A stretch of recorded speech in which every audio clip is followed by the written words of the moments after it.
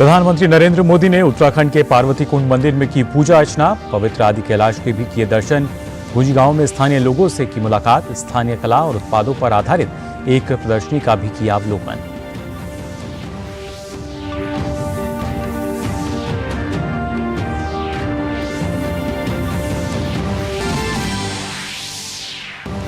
साथ ही प्रधानमंत्री अल्मोड़ा के जागेश्वर धाम में भी करेंगे पूजा अर्चना। राज्य के पिथौरागढ़ में 4,200 करोड़ रुपए की विकास परियोजनाओं का शिलान्यास और लोकार्पण करने का भी है कार्यक्रम।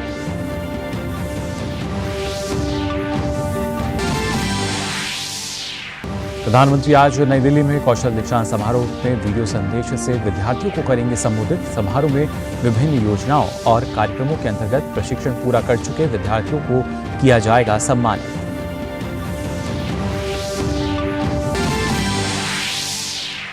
भारत और श्रीलंका के बीच सहयोग को बढ़ावा देने के लिए 3 समझौतों पर हुए हस्ताक्षर। विदेश मंत्री डॉक्टर एस जयशंकर ने श्रीलंका के राष्ट्रपति रानिल विक्रमसिंघे से की मुलाकात। दोनों देशों ने अपने राजनयिक संबंधों के 75 वर्ष पूरे होने का जश्न मनाते हुए लोगो किया लॉन्च।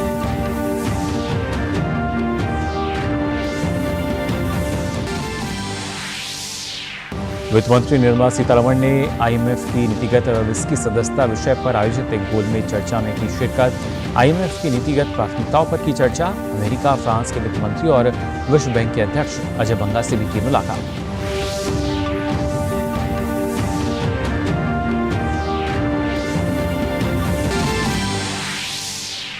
इजराइल और हमास के बीच संघर्ष जारी, अब तक 2,200 से ज्यादा लोगों की मौत। इजराइल के प्रधानमंत्री बेंजामिन नेतन्याहू ने हमास को जड़ से खत्म करने की कही बात। गाजा में लोग गंभीर मानवीय संकट का कर रहे हैं सामना।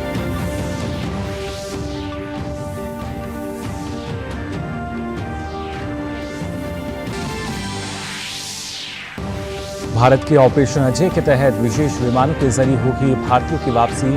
विदेश मंत्रालय ने स्थापित किया 24 घंटे का नियंत्रण कक्ष, टोल फ्री नंबर भी किया जारी।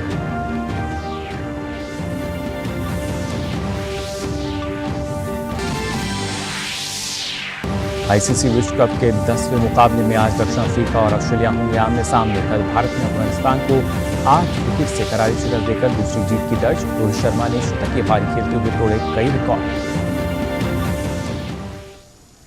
नमस्कार, आप देख रहे हैं डीडी न्यूज। मैं हूं मुकुल शर्मा और आइए अब खबरें देखते हैं विस्तार से। प्रधानमंत्री नरेंद्र मोदी आज उत्तराखंड के दौरे पर हैं। पिथौरागढ़ के सीमावर्ती क्षेत्र में स्थित आदि कैलाश के प्रधानमंत्री ने दर्शन किए। उच्च हिमालय का ये क्षेत्र अति दुर्गम माना जाता है। इसकी ऊंचाई समुद्र तल से 18,000 फीट से ज्यादा की है। प्रधानमंत्री ने वहां स्थित पार्वती कुंड पर पहुंचकर विधि पूर्वक पूजा की। सनातन में आदि कैलाश की मान्यता छोटा कैलाश के रूप में है। देश की धार्मिक यात्राओं में आदि कैलाश की यात्रा कठिन मानी जाती थी। पहले यहां तक पैदल मार्ग से ही पहुंचना संभव था, लेकिन मौजूदा केंद्र सरकार के प्रयासों में अब यात्रा मार्ग मोटरेबल हो चुका है। प्रधानमंत्री मोदी देश के सीमावर्ती क्षेत्र के समावेशी विकास को लेकर लगातार प्रयासरत हैं। इसी के परिणाम स्वरूप तिब्बत सीमा से लगे आदि कैलाश और ओम पर्वत लिपुलेख दर्रे तक इंफ्रा विकास विशेष तौर पर संपर्क बढ़ा है। वहीं गुंजी स्थित आईटीबीपी कैंप पहुंचने पर प्रधानमंत्री का पारंपरिक तौर पर स्वागत किया गया। प्रधानमंत्री भी कलाकारों के रंग में नजर आए। उन्होंने स्थानीय उत्पादों की एक शिल्प प्रदर्शनी का अवलोकन किया। पारंपरिक तौर पर गर्म कपड़े, लकड़ी से बने उत्पाद इसमें शामिल रहे।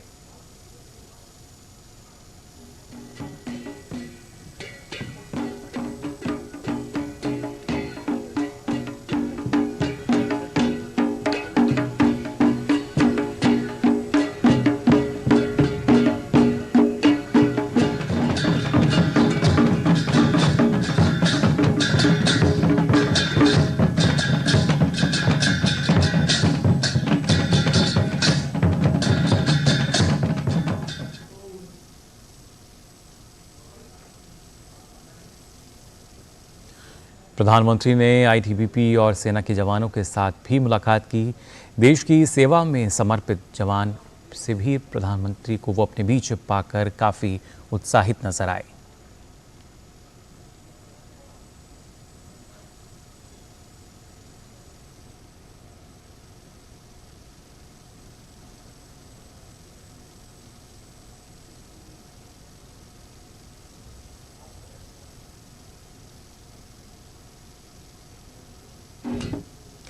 प्रधानमंत्री नरेंद्र मोदी आज अल्मोड़ा स्थित प्रसिद्ध जागेश्वर धाम में भी पूजा अर्चना करेंगे।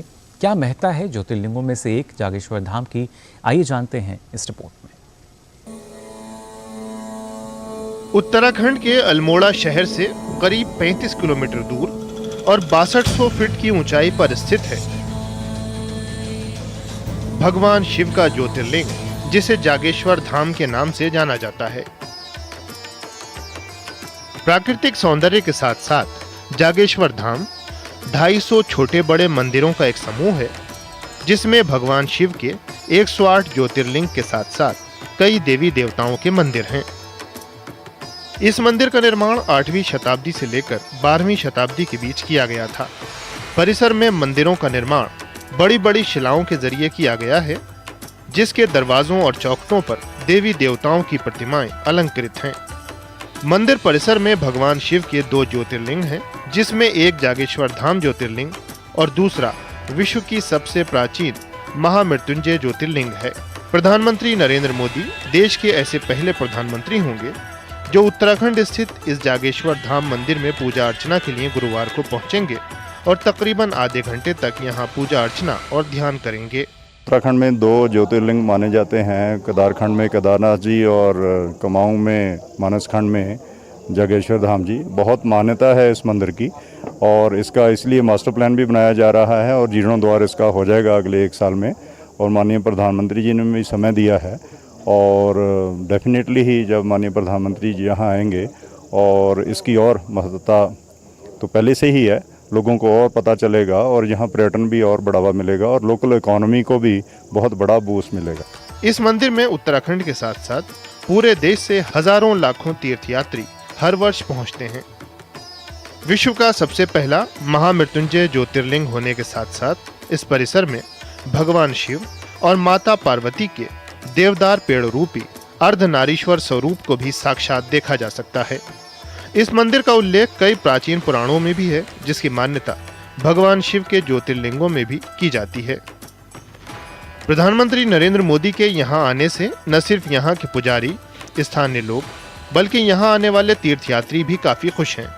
इनका मानना है कि प्रधानमंत्री के यहां आने से इस मंदिर का फिर से जीर्णोद्धार होगा और ये बाबा केदारनाथ, बाबा विश्वनाथ, महाकाल जैसे मंदिरों की तरह एक भव्य मंदिर का रूप लेगा, जिससे इस पूरे क्षेत्र में रोजगार के साथ साथ स्वरोजगार और धार्मिक पर्यटन को भी बढ़ावा मिलेगा। प्रधानमंत्री तो हमारे देश में कई आए, पर जो विकास, जो नवयुवकों के लिए उन्होंने रोजगार और इतना विकास किया, हम लोग के गर्व की बात है। और जागेश्वर धाम में वो पहली बार आ रहे हैं। हम लोग की यहाँ पीढ़ी दर पीढ़ी बीत गई है, फिर भी पहले बार हमारा सौभाग्य है कि भारत देश के प्रधानमंत्री पहली बार जागेश्वर धाम आ रहे हैं। ऐसी मान्यता है कि महादेव आज भी यहाँ माता पार्वती के साथ वृक्ष के रूप में विराजते हैं, जो तकरीबन 2500 साल से भी पुराना है। देखो अपना देश या फिर एक भारत श्रेष्ठ भारत, ये प्रधानमंत्री नरेंद्र मोदी की दूरदर्शिता का ही नतीजा है कि आज भारत अपनी सांस्कृतिक विरासत और ऐतिहासिक धरोहरों को फिर से पुनर्जीवित कर रहा है और रोज विकास के नए आयाम की रचना कर रहा है। जागेश्वर धाम उत्तराखंड से अभिषेक सिंह की रिपोर्ट, डीडी न्यूज। प्रधानमंत्री नरेंद्र मोदी आज नई दिल्ली में वीडियो संदेश से कौशल दीक्षांत समारोह के विद्यार्थियों को भी संबोधित करेंगे। इसमें प्रतिष्ठित कौशल विकास संस्थानों के विद्यार्थी भाग लेंगे। इसमें प्रधानमंत्री कौशल केंद्र, औद्योगिक प्रशिक्षण संस्थान, कौशल भारत अंतर्राष्ट्रीय केंद्र और जन शिक्षण संस्थान शामिल हैं। समारोह के दौरान स्किल इंडिया की विभिन्न योजनाओं और कार्यक्रमों के अंतर्गत प्रशिक्षण पूरा कर चुके विद्यार्थियों को सम्मानित किया जाएगा। कौशल दीक्षांत समारोह के अंतर्गत विद्यार्थियों के स्कूली प्रशिक्षण के साथ साथ कार्य के दौरान सीखने पर बल देना है, ताकि उनकी प्रतिभा को बढ़ावा मिले और वे विश्व के सामने अपने हुनर को दिखा सकें। इन विद्यार्थियों ने सहायक कंप्यूटर ऑपरेटर, डेटा वैज्ञानिक, सोशल मीडिया रणनीतिकार, ब्यूटी केयर सहायक जैसे विभिन्न कामों के दौरान कौशल प्रशिक्षण हासिल किया है। कौशल विकास और उद्यमिता सचिव अतुल कुमार तिवारी ने कहा कि कौशल दीक्षांत समारोह समावेशी कौशल तंत्र के लिए सरकार के प्रयासों को दर्शाता है तथा विद्यार्थियों के व्यक्तिगत विकास के साथ साथ राष्ट्रीय विकास में योगदान देने को प्रोत्साहित करता है। राष्ट्रपति द्रौपदी मुर्मू जम्मू कश्मीर के दौरे पर हैं। राष्ट्रपति आज श्री माता वैष्णो देवी तीर्थ स्थल पर भ्रमण करेंगी। वे वहां पर पुनर्निर्मित पार्वती भवन और स्काई वॉक का उद्घाटन भी करेंगी। इस स्काई वॉक को इस तरह से डिज़ाइन किया गया है कि यह पैदल चलकर माता के भवन पहुंच रहे यात्रियों को राहत देगा। साथ ही जैसे ही माता के भक्त इस स्काई वॉक में दाखिल होंगे तो यहाँ 9 देवी पथ बनाया गया है, जिसमें माता रानी के 9 रूपों को दर्शाया गया है। करीब 300 मीटर लंबे इस अत्याधुनिक स्काई वॉक फ्लाईओवर के प्रत्येक 100 मीटर पर आधुनिक प्रतीक्षा हॉल बनाए गए हैं, जिसमें एक ही समय में 100 से 200 के करीब श्रद्धालु बैठ सकेंगे। सुप्रीम कोर्ट ने एनसीपी नेता नवाब मलिक की अंतरिम जमानत 3 महीने बढ़ा दी है। मनी लॉन्ड्रिंग मामले में इस साल अगस्त में सुप्रीम कोर्ट ने मेडिकल आधार पर नवाब मलिक को जमानत दी थी। भगोड़े गैंगस्टर दाऊद इब्राहिम और उसके सहयोगियों के साथ व्यावसायिक लेन देन रखने के आरोप के चलते ईडी ने फरवरी 2022 में मलिक को गिरफ्तार किया था। देश की पहली रैपिडेक्स ट्रेन के संचालन की तैयारी पूरी हो चुकी है। देश की पहली सेमी हाई स्पीड ट्रेन को पीएम नरेंद्र मोदी हरी झंडी दिखाएंगे। पीएम के आने से पहले उत्तर प्रदेश के मुख्यमंत्री योगी आदित्यनाथ तैयारियों का जायजा लेने के लिए आज गाजियाबाद पहुंच रहे हैं। वह रैपिडेक्स के स्टेशनों साहिबाबाद, गाजियाबाद और पीएम के कार्यक्रम स्थल का निरीक्षण करेंगे। एनसीआरटीसी के अधिकारियों की ओर से कार्यक्रम को लेकर मुख्यमंत्री के समक्ष प्रस्तुतिकरण किया जाएगा। रैपिडेक्स प्रधानमंत्री के ड्रीम प्रोजेक्ट में से एक है। उम्मीद की जा रही है कि नवरात्र में पहले चरण का लोकार्पण किया जाएगा। देश भर में जाति आधारित गणना को लेकर बहस छिड़ी हुई है। इस बीच हिमाचल प्रदेश के राज्यपाल शिव प्रताप शुक्ल की सर्वे को लेकर प्रतिक्रिया सामने आई है। गवर्नर शिव प्रताप शुक्ल ने कहा कि समाज को बांटकर लोकतंत्र को सशक्त नहीं किया जा सकता। उन्होंने कहा कि हमें समाज को जोड़ने की ज़रूरत है। राज्यपाल ने कहा कि जिस तरह राम मनोहर लोहिया ने दाम बांधो जाति तोड़ो की बात की थी, उसी तरह आज देश में महंगाई कम हो रही है, देश की जीडीपी बढ़ रही है। अमृतकाल में आज पूरा विश्व भारत की तरफ देख रहा है, लेकिन भारत में रहने वाले ही कुछ लोग भारत को तोड़ने की बात कर रहे हैं। आपको बता दें कि जाति आधारित जनगणना पर छिड़ी बहस के बीच कांग्रेस वर्किंग कमेटी की बैठक में सभी कांग्रेस शासित राज्यों में जाति आधारित गणना करवाने का प्रस्ताव पारित किया गया है। हिमाचल प्रदेश में भी कांग्रेस की सरकार है, ऐसे में यहाँ भी जाति आधारित गणना होनी है। भारतीय जनता पार्टी कांग्रेस के इस फैसले का खुलकर विरोध कर रही है। बीजेपी ने इस प्रस्ताव को समाज को बांटने वाला करार दिया है। केंद्र की भाजपा सरकार में महिला सांसदों को सशक्तिकरण व प्रोत्साहन मिल रहा है। प्रधानमंत्री नरेंद्र मोदी की आर्थिक सलाहकार परिषद की सदस्य शमिका रवि की ओर से पीआरएस लेजिस्लेटिव रिसर्च के आंकड़ों के विश्लेषण पर तैयार रिपोर्ट में यह बात सामने आई है।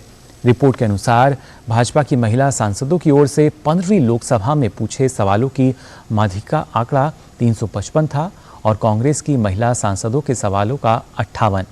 उस समय कांग्रेस सत्ता में थी और भाजपा विपक्ष में। रोचक आंकड़ा 16वीं लोकसभा का रहा, जिस समय भाजपा सत्ता में आ चुकी थी। यहाँ भाजपा महिला सांसदों का अपनी ही सरकार से किए गए सवालों का माध्यिका आंकड़ा 346 रहा। रिपोर्ट के अनुसार महिला सांसदों के अधिकतर सवाल स्वास्थ्य सेवाओं, शिक्षा, सड़क, सूक्ष्म लघु मध्यम उद्योगों से जुड़े थे। यह समाज के वंचित व कमजोर वर्ग से जुड़े सवाल हैं। प्रधानमंत्री मोदी ने संसद में सवालों के जरिए महिला सदस्यों की बढ़ती भागीदारी पर खुशी जताई है। प्रधानमंत्री ने एक्स पर कहा कि शमिका रवि का एक दिलचस्प लेख जो इस बात पर प्रकाश डालता है कि कैसे महिला सांसद हमारे लोकतंत्र को और अधिक जीवंत बना रही हैं और स्वास्थ्य, शिक्षा, बुनियादी ढांचे जैसे महत्वपूर्ण क्षेत्रों पर भी ध्यान केंद्रित कर रही हैं। यह एक बहुत ही उत्साहजनक प्रवृत्ति है जो इस बात का भी उदाहरण देती है कि नारी शक्ति वंदन अधिनियम कैसे लोगों की आवाज़ को और मजबूत करेगा।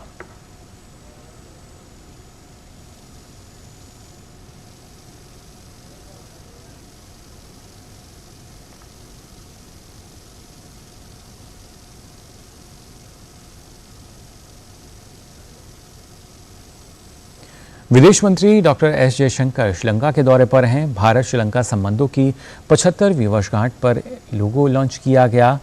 एस जयशंकर ने एक्स पर कहा कि भारत और श्रीलंका ने राजनयिक संबंधों के 75 साल पूरे होने का जश्न मनाते हुए एक लोगो लॉन्च किया है जो हमारे गहरे ऐतिहासिक, सांस्कृतिक और लोगों से लोगों के संबंधों को दर्शाता है।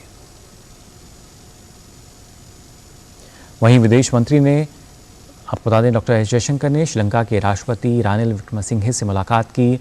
इस दौरान दोनों देशों के बीच संबंधों को और बढ़ाने के उद्देश्य से व्यापक चर्चा की गई। दोनों देशों के बीच 3 समझौतों पर भी हस्ताक्षर किए गए, जिसमें सामाजिक आवास, सामुदायिक विकास और डेयरी क्षेत्रों में परियोजनाएं शामिल हैं। विदेश मंत्री एस जयशंकर ने कहा कि इन समझौतों से श्रीलंकाई लोगों के जीवन में काफी सुधार होगा। रक्षा मंत्री राजनाथ सिंह इटली की यात्रा पूरी करने के बाद बुधवार को फ्रांस पहुंचे। राजनाथ सिंह ने पेरिस में शीर्ष फ्रांसीसी रक्षा कंपनियों सीईओ के साथ मुलाकात की। बैठक के दौरान रक्षा मंत्री ने उन्हें भारत में रक्षा हार्डवेयर के सह विकास और सह उत्पादन के फायदों को बताया। उन्होंने कहा कि भारत में रक्षा हार्डवेयर के विनिर्माण के बाद इसे अन्य देशों में निर्यात किया जा सकता है। रक्षा मंत्री राजनाथ सिंह ने फ्रांसीसी कंपनी सफरान की जेट इंजन विनिर्माण इकाई का दौरा किया और एरो इंजन प्रौद्योगिकी में नवीनतम विकास को बारीकी से समझा। राजनाथ सिंह का यह दौरा महत्वपूर्ण माना जा रहा है क्योंकि सफरान बड़ी साझेदारी के तहत भारत में लड़ाकू विमान के इंजन का सह निर्माण करने पर विचार कर रही है। G20 देशों के संसदों के अध्यक्षों और आमंत्रित देशों के पीठासीन अधिकारियों का 9वां P20 शिखर सम्मेलन में शामिल होने के लिए नई दिल्ली पहुंचना जारी है। मॉरिशस की नेशनल असेंबली के अध्यक्ष सूरजदेव फोकीर P20 शिखर सम्मेलन में शामिल होने के लिए नई दिल्ली पहुंचे। वहीं नाइजीरिया संघीय गणराज्य के सीनेट के उपाध्यक्ष जिब्रिन ब्रो भी दिल्ली पहुंचे। प्रधानमंत्री मोदी कल नई दिल्ली में P20 शिखर सम्मेलन का उद्घाटन करेंगे। वहीं दक्षिण अफ्रीका नेशनल असेंबली के अध्यक्ष नोसीविवे मापिसा नाकाकुला भी 9वें P20 शिखर सम्मेलन में शामिल होने के लिए नई दिल्ली पहुंची।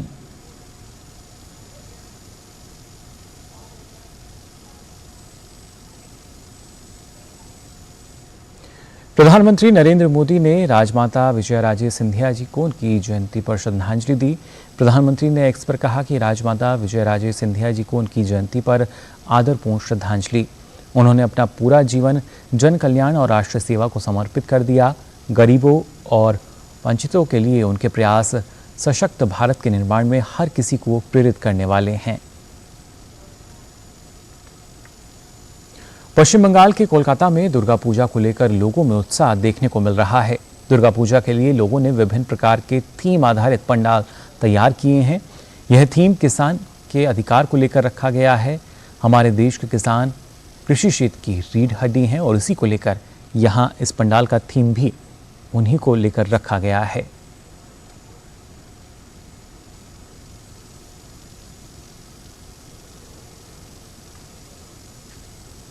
आज़ादी की 75वीं वर्षगांठ पर आज़ादी का अमृत महोत्सव के तहत संपूर्ण देश में मेरी माटी मेरा देश कार्यक्रम आयोजित किया जा रहा है। इसी कड़ी में इस अभियान के तहत सशस्त्र सीमा बल एसएसबी की 71वीं वाहिनी के जवानों ने बिहार के मोतिहारी में रैली निकालकर घर घर से मिट्टी और चावल संग्रह किया।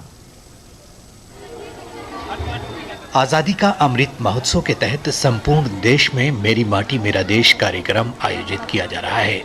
इसी कड़ी में इस अभियान के तहत सशस्त्र सीमा बल की 71वीं वाहिनी के जवानों ने मोतिहारी में रैली निकालकर घर घर मिट्टी और चावल संग्रह किया। इस दौरान बल के सदस्यों ने ग्रामीणों को जागरूक भी किया और देशभक्ति के नारे भी लगाए। इस गरिमामयी कार्यक्रम को स्थानीय नेहरू युवा केंद्र, डाक विभाग, आंगनवाड़ी कार्यकर्ता और प्रखंड के अन्य गांवों से पधारे प्रतिनिधियों ने गर्मजोशी के साथ हिस्सा लिया। इस कार्यक्रम ने नेपाल से साझा करते भारतीय सीमा इलाके में देशभक्ति की भावना, एकता और अखंडता की भावना का संचार किया। इस कार्यक्रम को आयोजित करने में एसएसबी की 71वीं वाहिनी के सहायक कमांडेंट अंसल श्रीवास्तव ने महत्वपूर्ण भूमिका निभाई। Bureau report, DD news. हमारे देश में ऐसे बहुत से सामान्य नागरिक हैं जो अपने दृढ़ विश्वास और कार्यों से समाज को रोशन कर रहे हैं, जिन्हें पद्म पुरस्कारों के माध्यम से देश पहचान भी दे रहा है। डीडी न्यूज़ हर रविवार रात 9:30 बजे प्रसारित विशेष श्रृंखला हमारे पद्म के माध्यम से दर्शकों को इनकी प्रेरणादायक उपलब्धियों से रूबरू करा रहा है। आज हम आपको बता रहे हैं उत्तर प्रदेश के डॉक्टर कमलाकर त्रिपाठी के बारे में, जो कई सालों से मरीजों की निस्वार्थ सेवा कर रहे हैं। चिकित्सा के क्षेत्र में उत्कृष्ट योगदान के लिए इन्हें कई सम्मान भी मिल चुके हैं।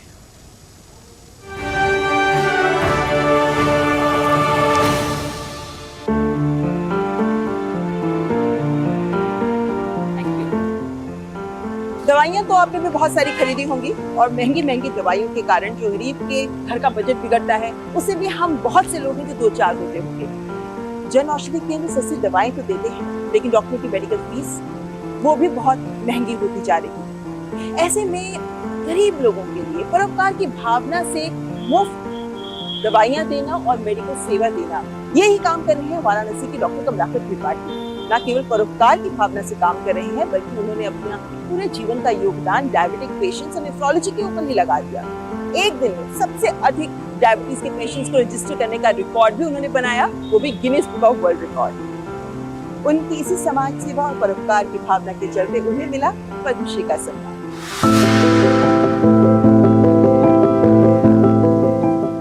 वाराणसी के रविंद्रपुरी में रहने वाले डॉक्टर कमलाकर त्रिपाठी के हर दिन की शुरुआत मरीजों की निस्वार्थ सेवा से ही होती है और ये सिलसिला पिछले कई वर्षों से अनवरत जारी है।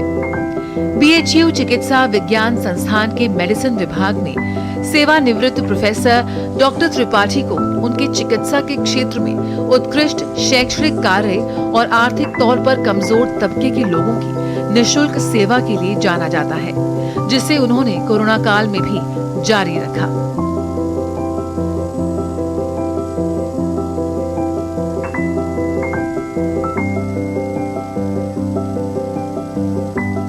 ये वो लोग हैं जो कि बहुत जिनके पास धन नहीं है, कई जगह जांच करा लेते हैं और उन्हें जब लगता है कि रोग का निदान नहीं हुआ, मूलतः वो हमारे पास निदान के लिए आते हैं। रोगी तो हमारे लिए ईश्वर तुल्य है, वह ईश्वर है, चिकित्सक ईश्वर नहीं होता।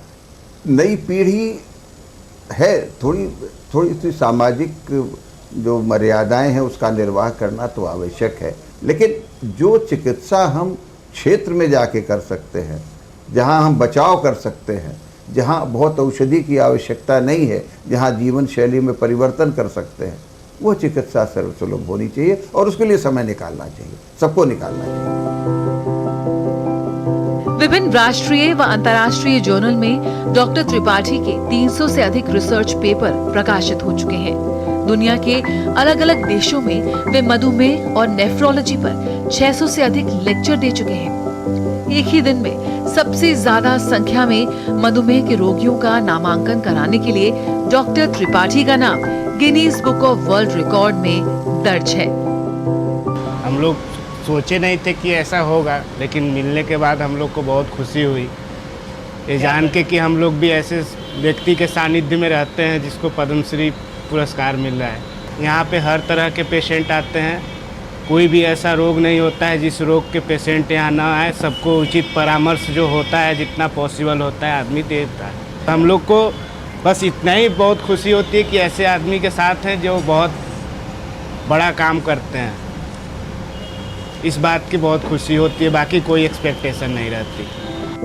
डॉक्टर त्रिपाठी को चिकित्सा के क्षेत्र में उत्कृष्ट योगदान के लिए राष्ट्रीय अंतर्राष्ट्रीय स्तर पर कई सम्मान फेलोशिप मिल चुके हैं।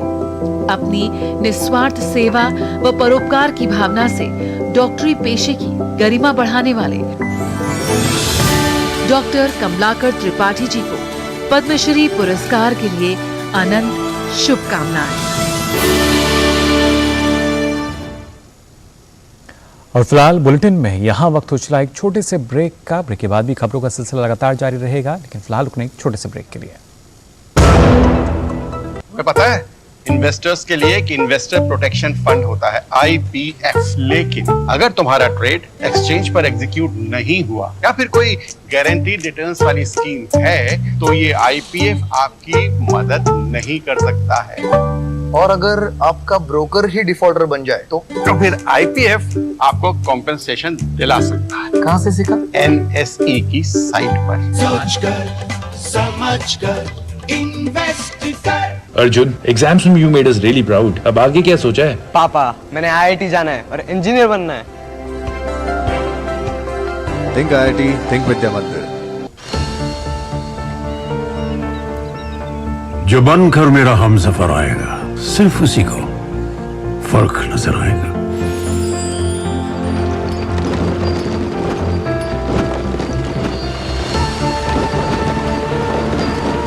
साल बरस और सदी नहीं, एक युग गुजर जाएगा। उम्र न पूछो वंडर की, जब फर्क नजर आएगा।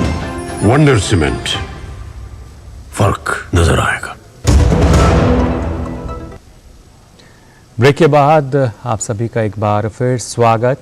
और आइए सीधा लिए चलते हैं जहां पे प्रधानमंत्री जो हैं वो संबोधित कर रहे हैं, उनका स्वागत किया जा रहा है। गुंजी के लोग यहाँ पर मौजूद और एक छोटे मासूम बच्चे से यहाँ मुलाकात करते हुए उत्तराखंड का गुंजी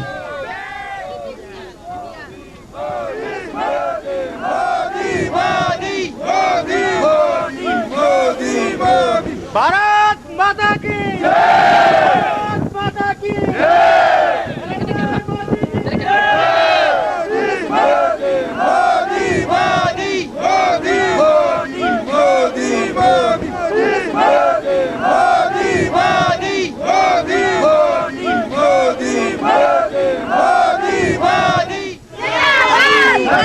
आप देख सकते हैं कितना उत्साह गुंजी गांव के जो लोग हैं, साथ ही आसपास के गांव के लोग भी यहाँ पहुंचे प्रधानमंत्री नरेंद्र मोदी को उनकी एक झलक पाने के लिए।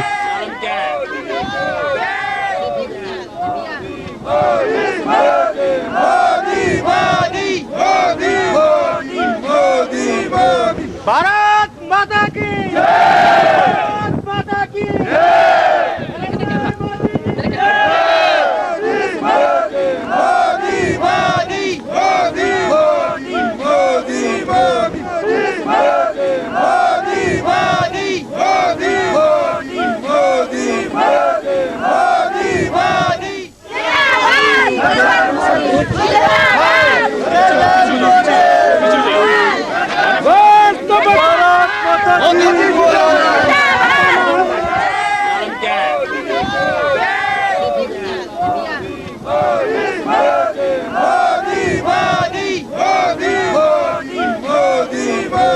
भारत माता की भारत माता की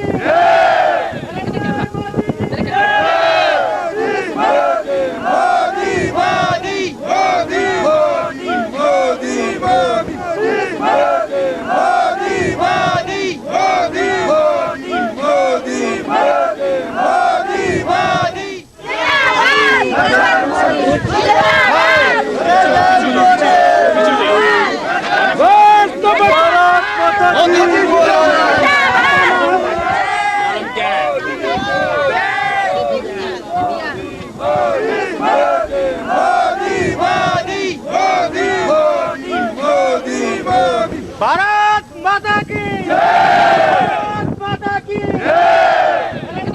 पिथौरागढ़ में के गुंजी गांव में प्रधानमंत्री का गर्मजोशी के साथ स्वागत किया गया और अब देख सकते हैं किस तरीके से हर उम्र के लोग उनसे मिलने के लिए उत्सुक, आशीर्वाद उनसे लेते हुए प्रधानमंत्री नरेंद्र मोदी और साथ ही साथ जो छोटे मासूम बच्चे हैं उनसे भी हमने देखा प्रधानमंत्री ने किस तरीके से हाथ मिलाया।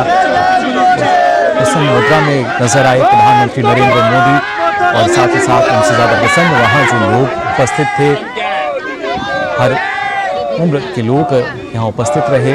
प्रधानमंत्री नरेंद्र मोदी उनसे मिले और उन लोगों में भी एक अलग ही उत्साह।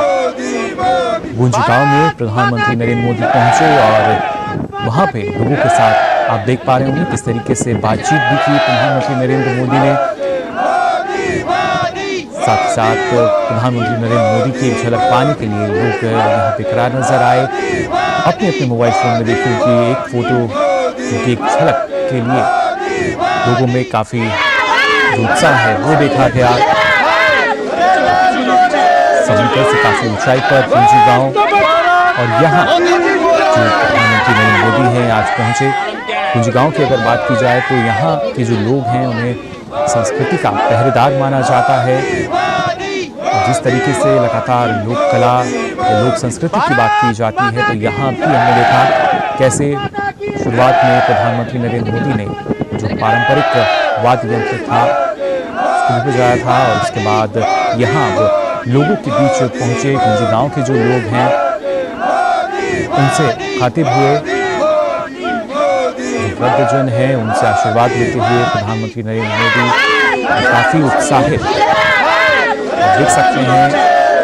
जो युवा हैं साथ ही मासूम बच्चे वो भी काफी खुश नजर आए प्रधानमंत्री नरेंद्र मोदी से मिलकर।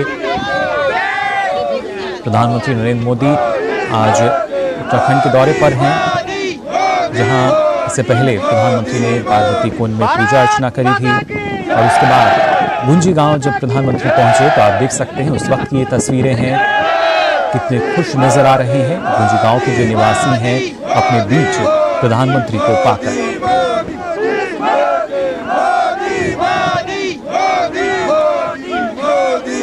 स्थानीय लोगों ने पीएम का भव्य स्वागत यहां किया।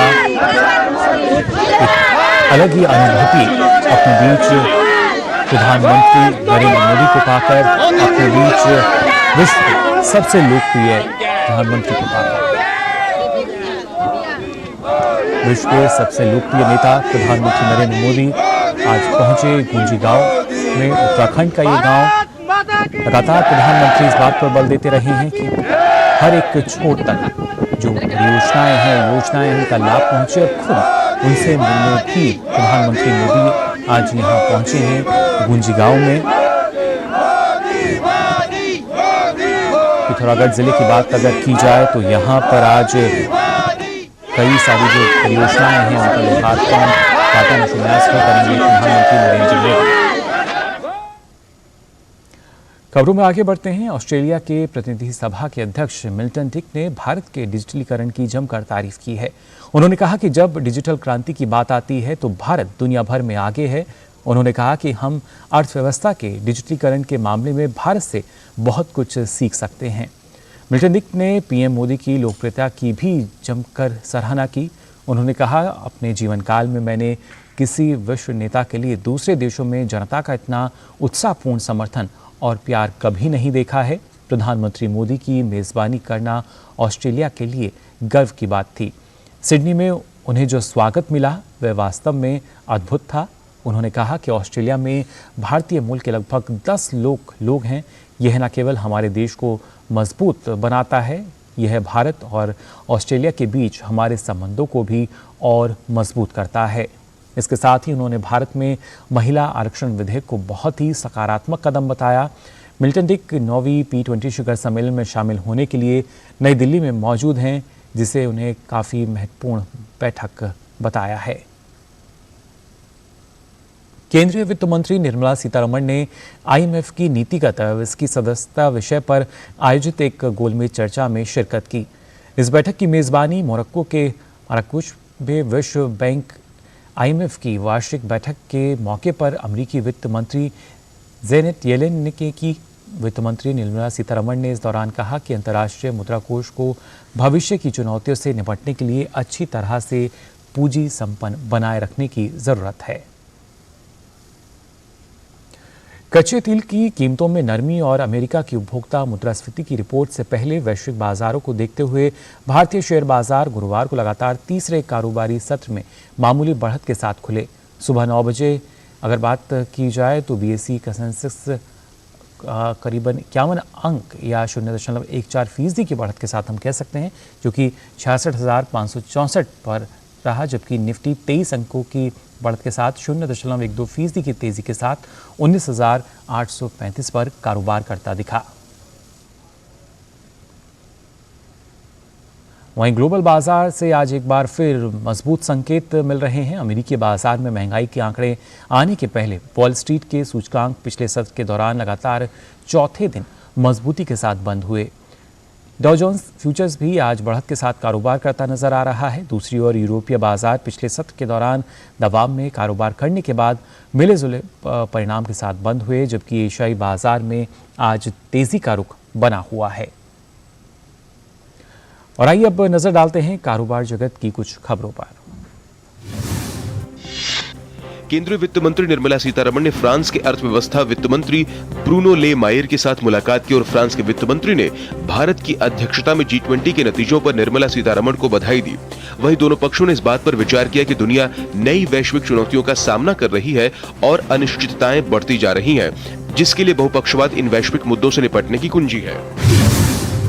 केंद्रीय वित्त मंत्री निर्मला सीतारमण ने विश्व बैंक के अध्यक्ष अजय बंगा से मुलाकात की। उन्होंने भारत की विकास प्राथमिकताओं और वैश्विक चुनौतियों से संबंधित कई मुद्दों पर चर्चा की। साथ ही प्रधानमंत्री नरेंद्र मोदी द्वारा एक सूर्य एक विश्व एक ग्रिड पहल पर प्रकाश डालते हुए विश्व बैंक इसे आगे बढ़ाने में सक्रिय भूमिका निभाएगा। केंद्रीय वित्त मंत्री निर्मला सीतारमण ने मोरक्को की वित्त मंत्री नादिया फतेह अलाउट से मुलाकात की। दोनों नेताओं ने व्यापार और निवेश से संबंधित आपसी मुद्दों और डिजिटल पब्लिक इंफ्रास्ट्रक्चर और इसकी अंतर्निहित क्षमता सहित G20 से संबंधित मुद्दों पर चर्चा की। केंद्रीय वित्त मंत्री निर्मला सीतारमण ने मराकेश मोरक्को में विश्व बैंक IMF वार्षिक बैठक के मौके पर लचीले और समावेशी आपूर्ति श्रृंखला संवर्धन के लिए साझेदारी के शुभारंभ में भाग लिया। लॉन्च के दौरान वित्त मंत्री ने कहा कि भारत जलवायु परिवर्तन पर अच्छा काम कर रहा है, जिसमें स्वच्छ ऊर्जा में परिवर्तन के लिए एक महत्वाकांक्षी कार्यक्रम शामिल है। आवासन एवं शहरी कार्य मंत्री Hardeep Singh Puri innovation and energy conclave के 14वें संस्करण एनरीच 2023 को संबोधित करते हुए कहा कि भारत ने अपनी जीवंत उद्यमशीलता की भावना और तेजी से बढ़ते स्टार्टअप इकोसिस्टम के साथ कई यूनिकॉर्न स्टार्टअप का उदय देखा है, जो हमारी अर्थव्यवस्था और बाजारों को नया रूपाकार दे रहे हैं। उन्होंने कहा कि यूनिकॉर्न की गिनती के मामले में भारत आज विश्व में तीसरे स्थान पर है। केंद्रीय मंत्रिमंडल ने 3 महत्वपूर्ण और रणनीतिक खनिजों लिथियम, नायोबियम और दुर्लभ मृदा तत्वों के लिए रॉयल्टी दर को मंजूरी दे दी है। इसकी बदौलत मंत्रिमंडल देश में लिथियम, नायोबियम और REE खंडों की निर्बाध रूप से नीलामी कर सकेगी।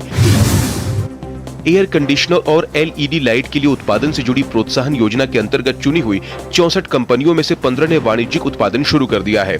AC और LED लाइट के कल पुर्जों के विनिर्माण को लेकर बड़े इलेक्ट्रॉनिक्स उत्पादों के लिए PLI योजना को अप्रैल 2021 में मंजूरी दी थी। भारतीय प्रतिभूति एवं विनिमय बोर्ड ने अपनी ऑनलाइन शिकायत निस्तारण प्रणाली स्कोर्स के माध्यम से सितंबर माह में कंपनियों और बाजार मध्यस्थों के खिलाफ 3705 शिकायतों का निपटान किया है। देश की सबसे बड़ी सूचना प्रौद्योगिकी कंपनी टाटा कंसल्टेंसी सर्विसेज का चालू वित्त वर्ष की दूसरी तिमाही में शुद्ध लाभ सालाना आधार पर 8.7% बढ़कर 11,342 करोड़ रुपए पहुंच गया है। इसके साथ ही TCS की शीर्ष प्रबंधन ने 17,000 करोड़ रुपए की शेयर पुनर्खरीद योजना और करीब 3,300 करोड़ रुपए के लाभांश भुगतान को भी मंजूरी दी है। हवाई अड्डे का संचालन करने वाली बेंगलुरु इंटरनेशनल एयरपोर्ट लिमिटेड की CEO हरि मरार ने कहा कि बेंगलुरु में केम्पेगौड़ा अंतर्राष्ट्रीय हवाई अड्डा अगले 2 वर्षों में लगभग 12,000 नौकरियां पैदा करेगा। एयरपोर्ट की प्रगति पूरे देश के लिए एक मॉडल है। दूसरे टर्मिनल के खुलने से पहले हवाई अड्डे में 25,000 कर्मचारी थे, अब 38,000 कर्मचारी हैं। उन्होंने कहा कि अगले 2 साल में यह संख्या 50,000 तक पहुंच जाएगी। भारतीय लाइफ वेंचर्स भारतीय एक्सा लाइफ इंश्योरेंस में अपनी 49% हिस्सेदारी हासिल करने के लिए अपने संयुक्त भागीदार एक्सा के साथ एक बाध्यकारी समझौता किया है। लेन देन के बाद भारतीय एक्सा लाइफ इंश्योरेंस कंपनी की होल्डिंग कंपनी भारतीय लाइफ वेंचर्स जीवन बीमाकर्ता में 100% की मालिक होगी। देश की सबसे बड़ी कार निर्माता कंपनी मारुति सुजुकी इंडिया ने डीलरों के लिए वित्त पोषण समाधान पेश करने के लिए IDBI बैंक के साथ एक प्रारंभिक समझौते पर हस्ताक्षर किए हैं। ऑटोमेकर ने एक बयान में कहा है कि नया गठबंधन देश भर में 4,000 से अधिक मारुति सुजुकी बिक्री आउटलेटों को उनकी कार्यशील पूंजी की जरूरतों के लिए व्यापक इन्वेंट्री फंडिंग विकल्पों के साथ सशक्त बनाएगा। S&P ग्लोबल कमोडिटी इनसाइट्स की एक रिपोर्ट के अनुसार ऑटो बिक्री और फैक्ट्री गतिविधियों के कारण सितंबर में भारत में तेल उत्पादों की मांग साल दर साल 6.7% और क्रमिक रूप से 1.5% बढ़ी। पेट्रोल और डीजल सहित सभी उत्पादों की मांग में अगस्त की तुलना में सितंबर में वृद्धि देखी गई। केंद्रीय सड़क परिवहन एवं राजमार्ग मंत्री नितिन गडकरी ने नई दिल्ली में अखिल भारतीय रत्न और आभूषण घरेलू परिषद ने इंडिया ज्वेलरी शॉपिंग फेस्टिवल के शुभारंभ की घोषणा की। केंद्रीय मंत्री गडकरी ने कहा कि 15 से 22 अक्टूबर तक देश के 200 से भी अधिक शहरों में आयोजित होने जा रहे इस फेस्टिवल से रत्न एवं आभूषण की बिक्री बढ़ने के साथ इंडस्ट्री में रोजगार के अवसर भी बढ़ेंगे। देखते हैं ओपी यादव की ये खास रिपोर्ट। त्योहारी सीजन में सोने के आभूषण और रत्न बाजार में आर्थिक समृद्धि लाने के लिए अखिल भारतीय रत्न और आभूषण घरेलू परिषद यानी GJC ने नई दिल्ली में आभूषण शॉपिंग फेस्टिवल के शुभारंभ की घोषणा की। लॉन्चिंग कार्यक्रम में बतौर मुख्य अतिथि पहुंचे केंद्रीय सड़क परिवहन और राष्ट्रीय राजमार्ग मंत्री नितिन गडकरी ने कहा कि भारत की आर्थिक तरक्की और रोजगार सृजन में रत्न और आभूषण क्षेत्र की महत्वपूर्ण भूमिका है। ये इंडस्ट्री हमारे देश में लाखों लोगों को रोजगार उपलब्ध करा के देती है और दूसरी ये कि जीएसटी के माध्यम से राज्य सरकार और भारत सरकार को बहुत रेवेन्यू भी देती है और विशेष रूप से एक्सपोर्ट करके हमारे देश को ग्रोथ में कंट्रीब्यूट भी करती है। मुझे विश्वास है कि आने वाले समय में डोमेस्टिक मार्केट और इंटरनेशनल मार्केट दोनों में बहुत बड़ी संभावनाएं हैं। इस अवसर पर मीडिया से बात करते हुए अखिल भारतीय रत्न और आभूषण घरेलू परिषद के चेयरमैन संयम मेहरा ने कहा कि ये महोत्सव रत्न व आभूषण की बिक्री को बढ़ावा देने का शानदार अवसर है। संयम मेहरा ने कहा कि हमारा लक्ष्य 30 से 35% सेल बढ़ाने के साथ 1 लाख करोड़ का कारोबार करना है। 70 टन के ऊपर का व्यापार होगा जो गोल्ड के अंदर 35% के ऊपर की सेल्स हम इसको और टारगेट को मीट करें। हमारा टारगेट है 1,30,000 करोड़ के ऊपर का व्यापार इस फेस्टिवल से हो, चाहे वो गोल्ड के अंदर हो, डायमंड, सिल्वर, लूज स्टोन्स और कुटियोर सेक्शन को मिला के 1,30,000 करोड़ के ऊपर का व्यापार इस फेस्टिवल के इस फेस्टिवल और इस सीजन के अंदर होगा। अखिल भारतीय रत्न और आभूषण घरेलू परिषद के उपाध्यक्ष राजेश भैया जी रोगडे व निदेशक दिनेश जैन ने कहा कि इस फेस्टिवल में पारदर्शिता के साथ हर 25,000 की खरीद पर आकर्षक कूपन व शानदार गिफ्ट मिलेंगे। ग्राहकों को हम लोग हर खरीदी पे एक सिल्वर कॉइन देने जा रहे हैं।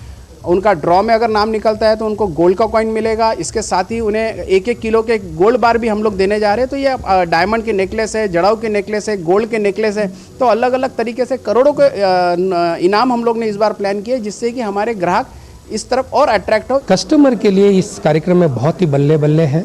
तकरीबन हम 35 करोड़ के इनाम इन 37 दिनों में देने वाले हैं।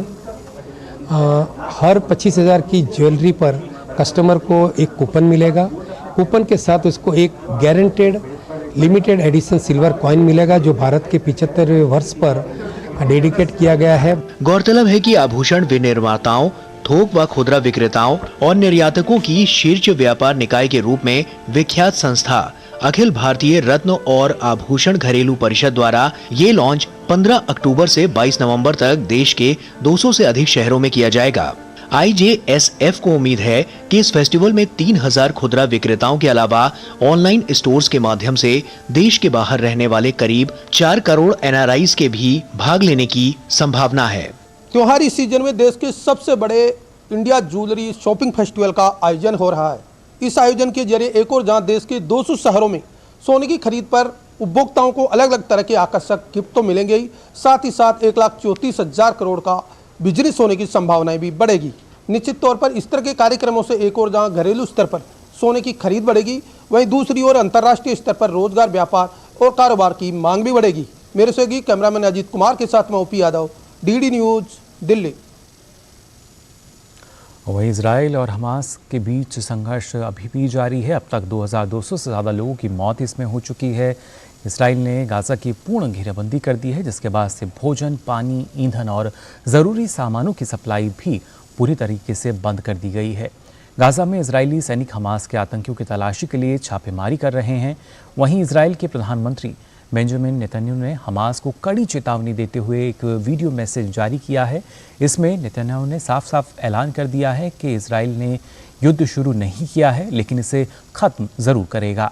हमास के खिलाफ जवाबी कार्रवाई के तहत इजराइल ने 3 लाख सैनिक जुटाए हैं। नेतन्याहू ने कहा कि इजराइल युद्ध नहीं चाहता था, यह हम पर सबसे क्रूर तरीके से थोपा गया है। वहीं इजरायली PM को विपक्ष का भी समर्थन मिला है। हमास के खिलाफ विपक्ष और मौजूदा सरकार ने एक आपातकालीन सरकार बनाई है। इजराइल की नई युद्ध कैबिनेट ने हमास को धरती से मिटा देने की कसम खाई है।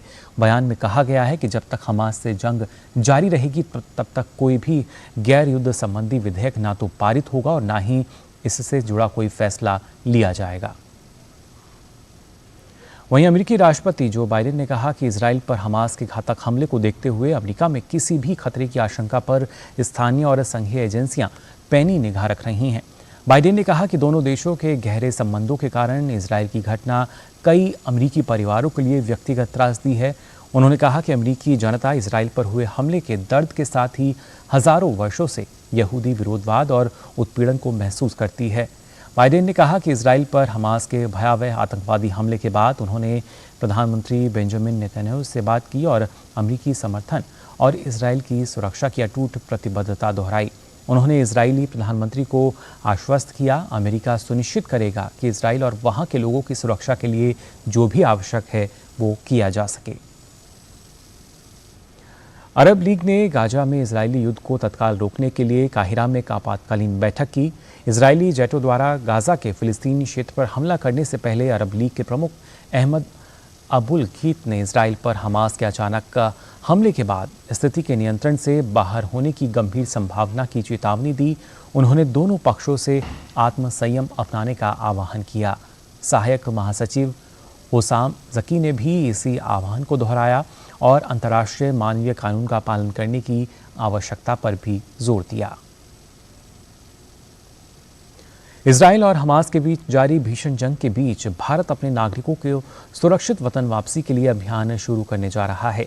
इस अभियान का नाम ऑपरेशन अजय रखा गया है। विदेश मंत्री डॉक्टर एस जयशंकर ने सोशल मीडिया पर जानकारी देते हुए बताया कि इजराइल से लौटने के इच्छुक हमारे नागरिकों की वापसी की सुविधा के लिए ऑपरेशन अजय शुरू किया जा रहा है।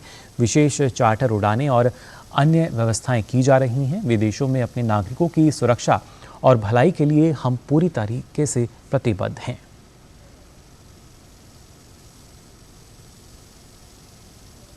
ऑपरेशन अजय के तहत इजराइल से भारतीयों की सकुशल वापसी के लिए इजराइल में भारतीय दूतावास ने भी कमर कस ली है।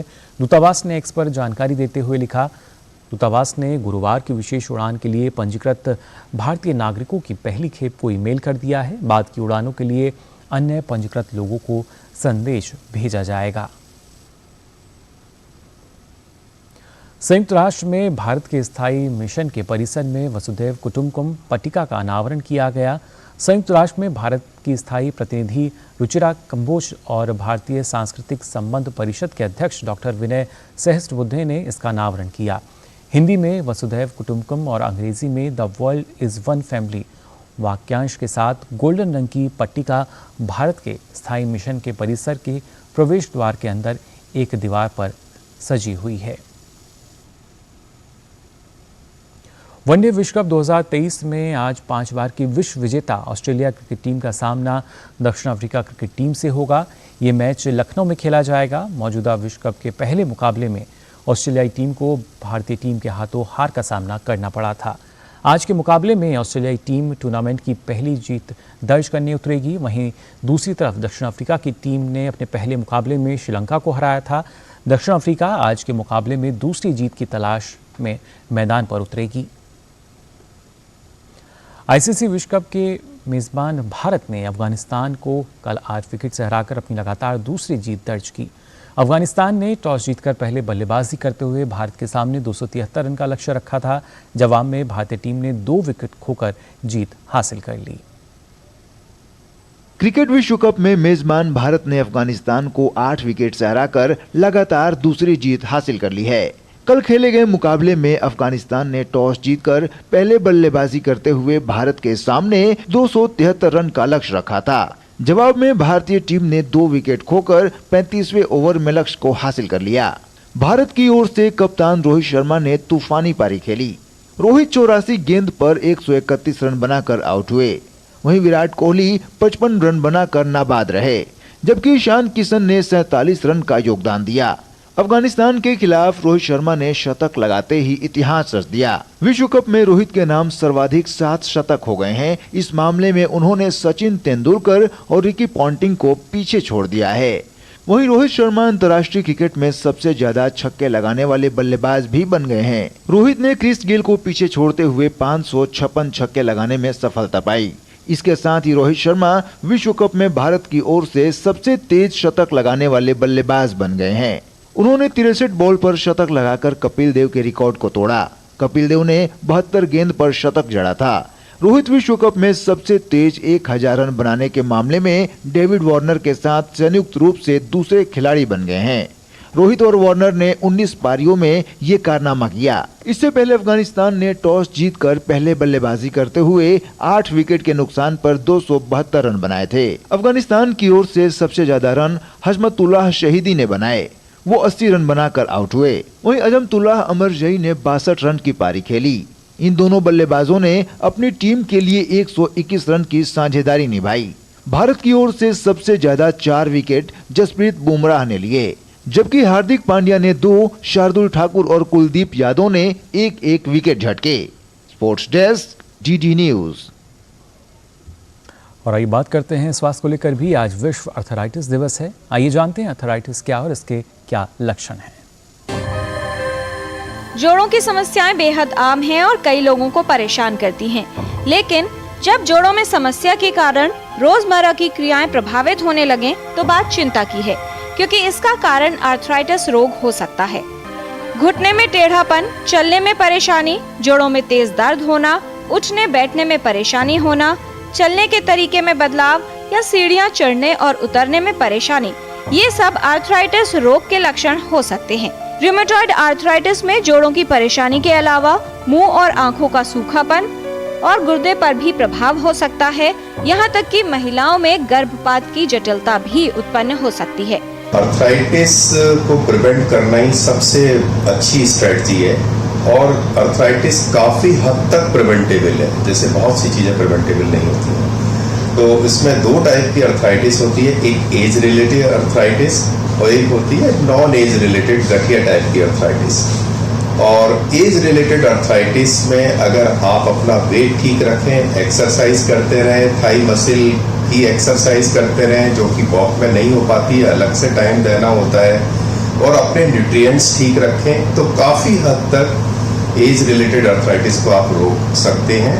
और कभी आप एक एज पे आपको पालती मार के उठू बैठने में प्रॉब्लम होने लगती है तो वो अवॉइड करें उस स्टेज पर। और दूसरी है गठिया वाली आर्थराइटिस, उसका भी इलाज अगर आप जैसे ही आपको पता चलती है प्रॉब्लम हो रही है, आप मॉर्निंग में स्टिफनेस हो रही है, तो आप तुरंत रूमेटोलॉजिस्ट के पास जाएं। और उसका भी ट्रीटमेंट अगर आपने अर्ली स्टेज में शुरू कर दिया तो उसमें भी आप काफी हद तक जॉइंट को बचा के रख सकते हैं। शुरुआती दौर में पता चलने पर आर्थराइटिस का इलाज बेहतर हो सकता है और रोगी को सही प्रबंधन मिल सकता है। इस स्टेज में कोई चीज काम नहीं करती, केवल ऑपरेशन ही आपके काम आता है। तो हमें प्रिवेंट करना है और अर्ली स्टेज में प्रिवेंशन और अर्ली स्टेज में बिना ऑपरेशन के अपने जॉइंट्स को बचा के रख सकते हैं ऑपरेशन से, और अपनी जिंदगी ठीक से जी सकते हैं।